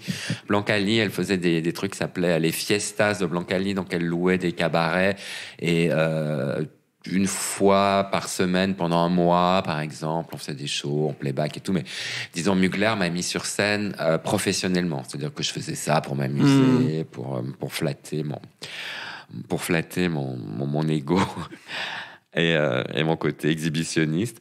Mais là, vraiment, oui, c'est devenu tout à coup, c'est la première fois, en fait, Mugler me dit un jour, enfin non, il m'envoie un message en SMS, parce que je savais qu'il avait ce projet des Mugler Follies à Paris, évidemment, j'en avais entendu parler, mais à ce moment-là, je travaillais pas sur un projet en particulier avec lui. Et là, il m'envoie un message un jour et il me dit, il m'appelait Madame Mercier, ça l'amusait de m'appeler comme ça. Il me disait, est-ce que Madame Mercier voudrait monter sur scène tous les soirs? Moi, j'imaginais qu'il allait m'appeler pour que je sois son assistant pour les costumes. Je pensais pas qu'il allait me proposer de monter sur scène.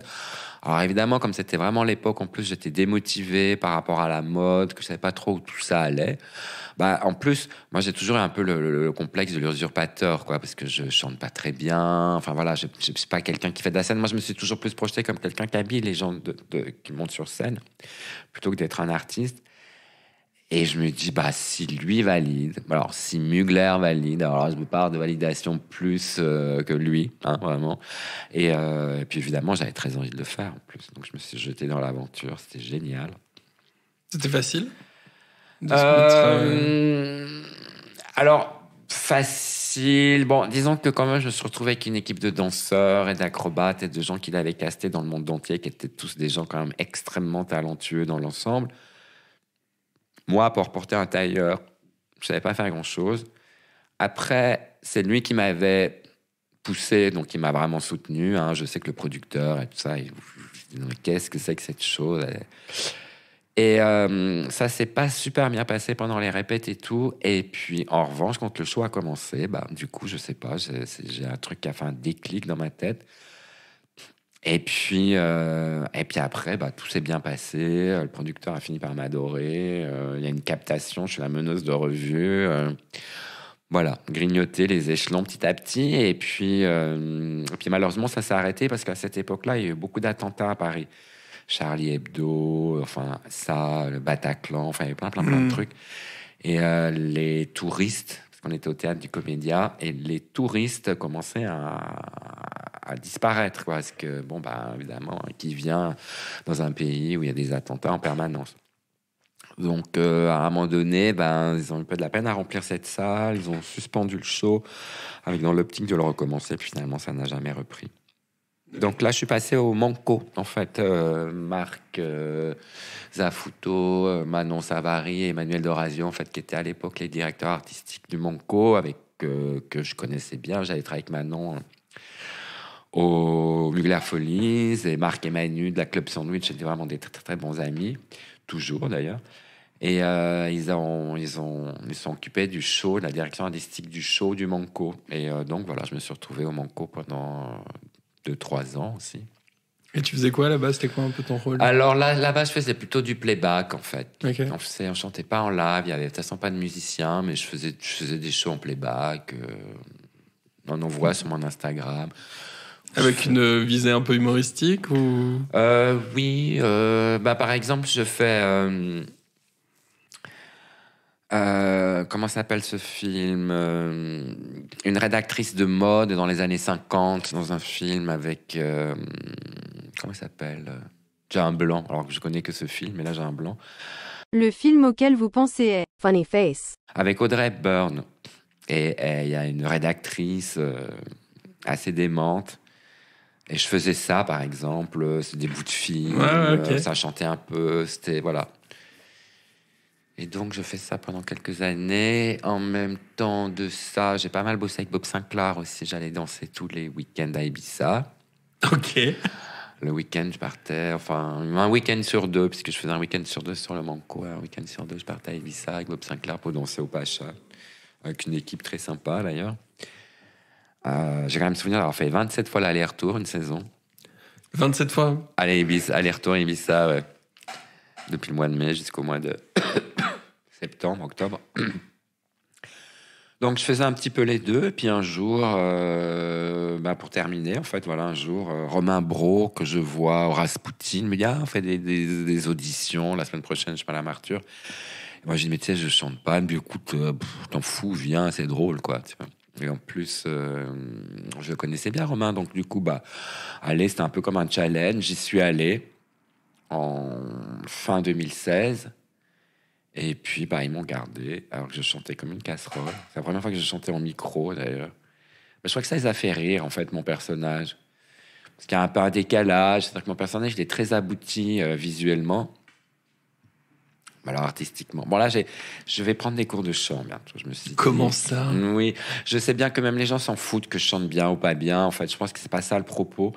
Moi, j'ai envie de prendre des cours de chant, c'est pour le plaisir que j'ai à chanter, en fait. Parce que c'est quand même toujours un peu la galère. J'ai pas d'aigu, je suis pas rythmé. Je chante pas trop faux. Non, ça va. Faux, non. Mais j'ai aucun sens de la mélodie et du rythme. Je suis pas mélodieux, je suis pas rythmé, quoi. Alors, c'est un peu compliqué. Mais, et parfois, tu oublies 2-3 paroles. Alors, parfois, j'oublie les paroles. Enfin, voilà. Mais c'est souvent là que ça commence à être drôle. Voilà. Après, voilà. Et tu changes de tenue. Je change de tenue. Voilà. Je fais surtout de l'acting. Mais enfin, bon, non, quand même, je chante. Mais bon, c'est vrai que c'est la première fois que je fais un truc dans lequel j'ai vraiment aucun talent. Mais ça marche aussi. Au final, ça fait 7 ans que ça dure. Ça fait 7 ans que ça dure et qui sont toujours pas aperçus et que je suis un peu maintenant la doyenne. Enfin, je suis Mais si tu devais décrire Lola comme un personnage de roman, si tu devais un peu nous la décrire pour qu'on se l'imagine, elle ressemble à quoi, Lola? Je sais pas, peut-être faut demander à Lola. Lola, qu'en pensez-vous? Je suis génial. Non. Non, Lola, qui est Lola? De toute façon, pour Laurent, c'est une emmerdeuse, hein, de toute façon, quelque part, parce que qui c'est qui se paye les gueules de bois, qui c'est qui prépare les looks, qui c'est qui coud et tout ça. Mais en même temps, qui m'amène beaucoup de joie, par ailleurs. Mais c'est un personnage un peu nonchalant, un peu, comment dirais-je, ouais, qui a tout vu, tout vécu, comme ça, un peu... Je sais pas, j'ai un peu de la peine à la définir comme ça, comme un personnage de roman, parce que finalement, moi, je propose, les gens disposent et on voit jamais comment on est. Donc peut-être que je suis là moins bien placé pour... Moi, en fait, je sais ce que j'aimerais être, parce que quelque part, je me regarde très peu. Je regarde pas les streamings. Je me regarde très, très peu, parce que quand je me vois, en vrai, je suis pas du tout la personne que j'imagine être. Donc il y a une espèce de dichotomie comme ça qui s'installe. Je dis, mais je suis pas comme ça, mais je suis pas... Voilà. Alors, j'essaie de rester dans ce que j'imagine être, voilà. Et alors, c'est une femme très chic, des années 50, qui aurait pu être directrice couture dans une maison chez Jacques Fat, par exemple. Elle est pas... Elle a un titre de noblesse, mais elle n'est pas d'une extraction très aisée, mais elle a beaucoup d'éducation, elle est un peu nonchalante, comme ça, un peu désabusée. Voilà, je dirais que c'est tiré à quatre épingles. Tiré à quatre épingles, bien sûr. Mais c'est vrai que quand je parlais tout à l'heure du reportage d'Envoyé spécial en 95 et maintenant, clairement, c'est la même personne, la même esthétique. Ah ouais. C'est le turban parfois. D'ailleurs, à tel point que souvent, quand je me regarde dans la glace, une fois que je suis en Lola, je me dis, c'est exactement ça que j'aimerais être. Alors que c'est pas du tout ce que je pense quand je me vois en garçon. Quand je suis en garçon, je me dis non, mais je me vois même pas. Alors, je ne me regarde pas parce que je crois que ça n'entre pas dans ma tête. Je me vois pas, en fait. Je m'en fiche. Je vis pas par rapport à mon aspect physique. En fait, moi, je vis vraiment dans ma tête. En plus, je suis de la Vierge, donc je veux toujours tout comprendre. Enfin, voilà, control freak. Mais à un moment donné, je laisse effectivement voilà. C'est une passation, en fait. Voilà. À chacun de voir ce qu'il veut. C'est comme une œuvre.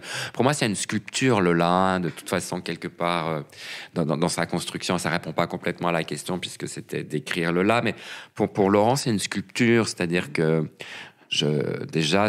admettons que je fasse ma robe, je pars d'un truc qui est monodimensionnel pour en faire un truc en 3D. Je rajoute des épaulettes pour avoir plus de hanches, je me resserre la taille, donc même au niveau de la structure corporelle, il y a déjà un travail qui est fait. Et voilà, moi c'est plus comme une œuvre d'art, donc en fait en construction et en déconstruction d'ailleurs, parce que pareil, quand on traîne tard, au bout d'un moment tout commence par couler, et ça, donc c'est vraiment la construction et la déconstruction. Mais c'est ça que je trouve aussi intéressant, c'est de se projeter dans quelque chose qui est sa propre création, c'est-à-dire qu'on n'est pas victime uniquement de ce qu'on est, voilà. Alors, voilà, on est tous la créature de Dieu ou de ses parents, enfin, je sais pas comment on veut le dire. Moi, je suis plutôt ma propre créature, en fait. Je me suis recréé une image avec laquelle je joue, parce que c'est pas une image, en fait, que je véhicule en permanence. Donc, ça me permet de sortir et d'entrer de Lola. Enfin, c'est pas très chic comme façon d'exprimer les choses, mais c'est un peu ça, d'entrer et de sortir de Lola. Et voilà. Et ça donne aussi un côté un peu exceptionnel à la vie que je vais vivre dans cette tenue. En fait, déjà, les gens ne vont pas me parler de la même façon qu'ils le font quand je suis au naturel, comme le ton. Que tout à coup, ça change la donne. Et du coup, ça renvoie quelque chose qui est très amusant, en fait. Parce que du coup, ça crée des situations... Et c'est assez addictif, je dois dire, de changer de peau et puis tout à coup de se faire passer pour quelqu'un d'autre. Et je sais qu'il y a des gens qui ne m'ont jamais vu en garçon, qui ne m'ont vu qu'en Lola. Ils ont beaucoup de peine à imaginer quel peut être l'autre personnage qui habite ce corps, en fait. Et c'est ça que je trouve drôle. Alors, je croise des fois des gens qui ne m'ont vu qu'en Lola et ne me reconnaissent pas, d'ailleurs. Au final, ce que ça apporte à ta vie, c'est du jeu. C'est du jeu, de la légèreté... C'est de la créativité Et ça m'amène beaucoup de joie, en fait, je crois. Ça m'amène beaucoup de... Je pense que je ne consulte pas un psychanalyste parce que Lola m'aide beaucoup. Voilà, ouais, non, mais c'est vraiment... si j'étais passé à côté de ça, je le regretterais. Peut-être que je serais un créateur de mode très riche aujourd'hui, qui se déplacerait en jet, mais franchement, honnêtement, je suis très content de là où je suis. On n'en a pas parlé, mais tu m'en avais parlé.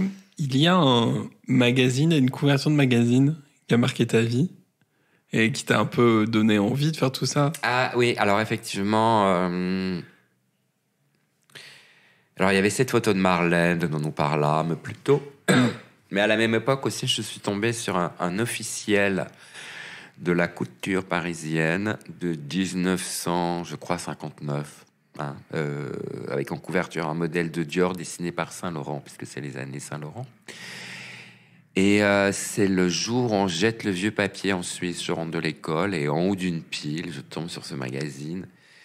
Et en fait, je me faisais la réflexion l'autre jour, peut-être que c'était avec toi d'ailleurs, que c'était pas si vieux finalement dans les années 70. Un magazine des années 60. Ça a 15 ans, 20 ans. Et pourtant, c'est fou comment ça m'avait paru être un truc antique, quoi. J'ai l'impression d'avoir trouvé, je sais pas comment, le trésor de Mathusalem. Et la mode avait tellement changé entre 59, ces femmes de 40 ans avec les pieds en croix comme ça, dans des tenues que moi je trouvais sublimes, vraiment.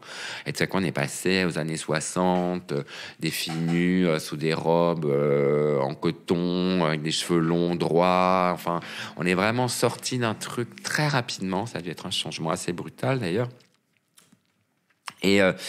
Et là, c'est Love at First Sight. Encore, je tombe sur ces femmes tellement élégantes qui portent des visons, enfin, qui sont vraiment l'esthétique petite bourgeoise peut-être, très hypocrite de cette époque-là, quoi. À la sortie de la guerre, en fait, il fallait avoir une maison, 2 voitures, 3 enfants, un chien, vivre dans une villa. Et c'était une espèce d'ennui mortel pour la femme au foyer, quoi, en fait, vraiment. Et peut-être qu'elle avait le temps, à l'époque, de se crêper les cheveux. Enfin, voilà. Puis après, on est passé à complètement autre chose. Mais peut-être que ça me ramenait encore aux photos de mes parents des années 60, je sais pas. Enfin, de toute façon, le cerveau, c'est une construction assez compliquée. Ouais, on est bien d'accord. Et comment se font les associations, j'en sais rien. Mais effectivement, ce magazine m'a vraiment impressionné à l'époque et j'ai redessiné, enfin pas tout, hein, parce qu'il y a quand même beaucoup de choses, mais j'ai redessiné tous les modèles que j'aimais bien. Voilà, et effectivement, idéalement, je navigue toujours entre les années... J'aime beaucoup les années 20 aussi. Parce que je trouve que les années 20, c'est une époque très, très moderne aussi, où on sort du corset, on sort de la robe longue, on sort de tout ça pour se retrouver nus sous des robes en mousseline. Mais c'est vraiment cette époque 20-60, grosso modo. Mais bon, après, je peux m'amuser avec du 80. Mais bon, même dans les années 80, comme je les ai vécus, pour moi, ça paraissait pas comme un truc. Je pense que j'avais déjà un petit côté nostalgique.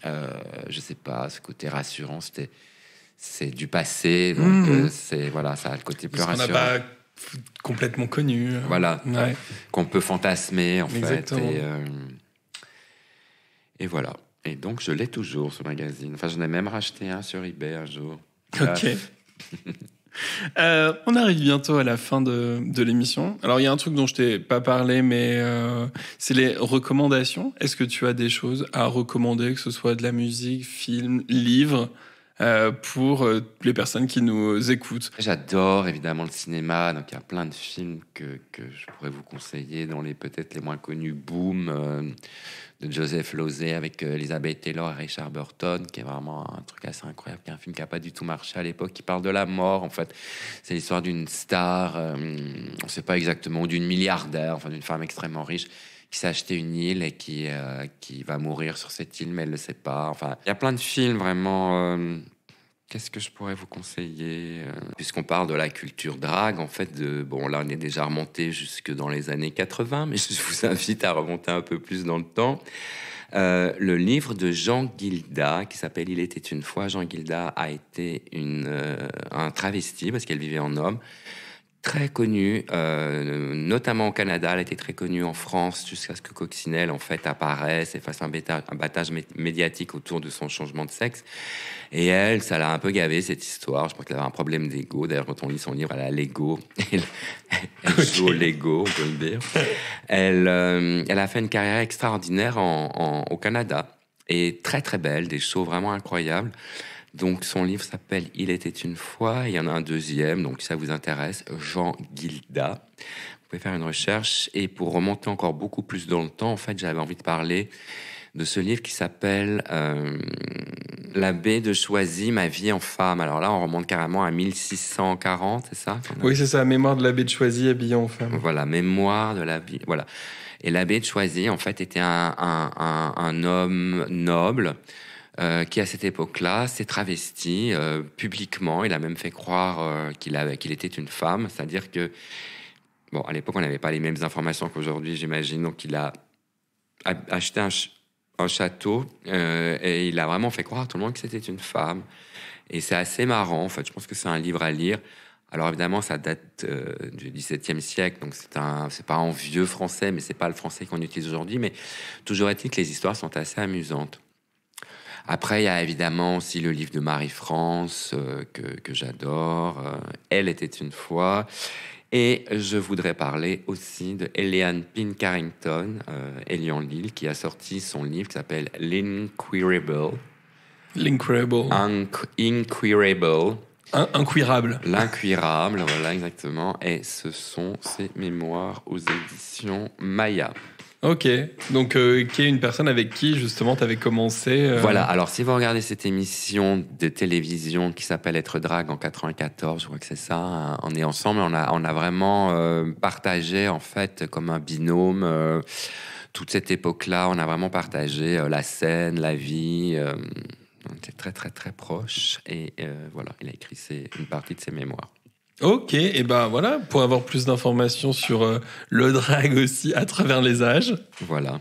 Il y a tous ces livres. Oh, je pensais à Barbette aussi, tiens, en passant. Barbette. Il y a une rue Barbette dans le Marais. Barbette qui était aussi un travesti très connu dans les années 20.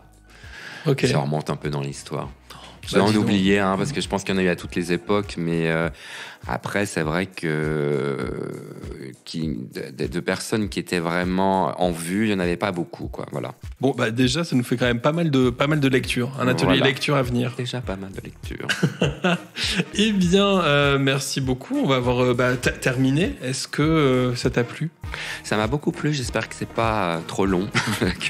Ah non, moi je te dis que ça va beaucoup plaire. Donc tu recommandes? Ah, je le recommande à mort. Je vais même faire de la publicité. Eh ben trop bien. Eh ben merci Lola Dragonesse Von Flame. Eh bien merci à toi. C'était très agréable. Et merci à tous d'avoir suivi ce nouvel épisode de la Quinterview. En attendant le prochain, eh ben aimez, likez, partagez, parlez du podcast. Et on se retrouve très bientôt pour une prochaine Quinterview. Bye bye. À bientôt. Gros bisous.